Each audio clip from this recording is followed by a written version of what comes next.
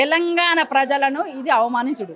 నిజంగా కూడా ఒక సచివాలయం ముందట ఏదైతే సచివాలయం పేరు ఆ మహనీయుని పేరు డాక్టర్ బిఆర్ అంబేద్కర్ పేరు పెట్టుకున్నారు, పక్కకు అమరజ్యోతి పెట్టుకున్నారు. ఇంత మంచిగా చేసుకుంటా అంటే రాజీవ్ గాంధీకి సచివాలయానికి ఏం సంబంధం?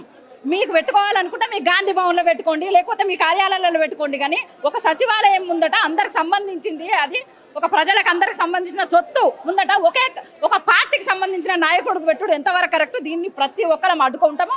మా బీఆర్ఎస్ పార్టీ నుంచి కూడా తప్పకుండా అడ్డుకుంటాము. ఒక తెలంగాణ తల్లి పెట్టాల్సిన చోట రాజీవ్ గాంధీ విగ్రహం పెట్టనీయము. అది చాలా ఇది ఎందుకంటే రేవంత్ రెడ్డి ప్రభుత్వం అనేది ఒక రౌడీ రాజ్యం అయిపోయింది, ఒక రౌడు ముఖల రాజ్యం అయిపోయింది. అసలు రాజీవ్ గాంధీకి సచివాలయానికి ఒక నాయకుడిని పెట్టుడు అనేది ఇది 100% తప్పని మేము అనుకుంటున్నాం. తెలంగాణ తల్లి ఒక తెలంగాణ సెంటిమెంటు, తెలంగాణ అస్తిత్వం.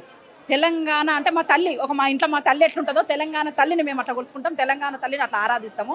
దాని మీద అస్తిత్వం జోలికి వస్తే, తెలంగాణ తల్లి జోలికి వస్తే మట్టి ఖర్చుపోవడు రేవంత్ రెడ్డి ఖాయం.